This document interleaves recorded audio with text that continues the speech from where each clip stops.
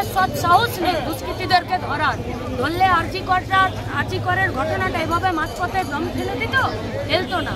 যদি পুলিশের গার্ডস থাকতো তাহলে কি আনিসের খুনিরা বুক বাজিয়ে প্রকাশ্য দিবালোকে ঘুরে বেড়াতো? যদি পুলিশের গার্ডস থাকতো তাহলে কি আজকে নারায়ণগড়ের পার্টি অফিসে আমাদের মাদেরকে এইভাবে রেপ করা হতো, এইভাবে ধর্ষণ করা হতো, তাদের সঙ্গে এরকম শ্লীলতাহানি করা হতো না।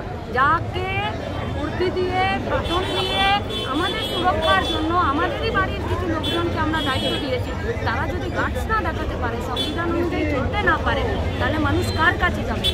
পশ্চিমবঙ্গের গণতান্ত্রিক পরিবেশকে নৈরাজ্যের পরিস্থিতিতে পরিণত করার চেষ্টা করছে তৃণমূল, সহায়তা করছে বিজেপি, এবং গোটা পশ্চিমবঙ্গটাকে একটা অগ্নিগর্ভ পরিস্থিতিতে নিয়ে যেতে যাচ্ছে।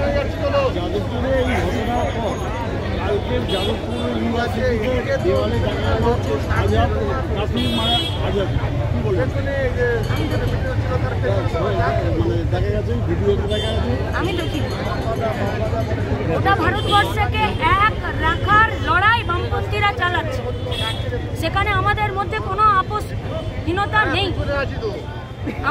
আমরা আপোষহীন লড়াই করছি গোটা ভারতবর্ষকে এক রাখার জন্য। সেখানে আমাদের দিকে কেউ একটা আঙুল তুলতে পারবে না, আমাদের দিকে একটা কেউ প্রশ্ন করতে পারবে না। যাদবপুর ইস্যুতে আমাদের একটাই কথা, কলেজ ক্যাম্পাসে ইলেকশন হবে কি হবে না, এর বাইরে আমাদের কোনো প্রশ্ন নেই। আজকে বিধানসভাতে মার্শাল দিয়ে বিজেপি বিধায়কদেরকে বের করে দেওয়া হবে। আমি আগেই বলেছি যে শুভেন্দুর জন্য রাজ্যের মুখ্যমন্ত্রী মমতা ব্যানার্জি স্পিকারের কাছে হাত জোড় করে ক্ষমা চায়, তাদের সাথে নাটকবাজি কেন, কিসের জন্য? কোনো প্রয়োজন নেই। শৃঙ্খলা বজায় রাখার প্রশ্নে পুলিশকে সহযোগিতা করতে হবে। কি করবেন বেচারারা অসহায়?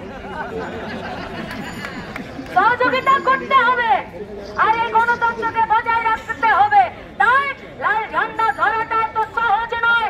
লাল ঝান্ডা যারা ধরে তাদের অনেক দায়িত্ব থাকে, তাদের অনেক দায়বদ্ধতা থাকে।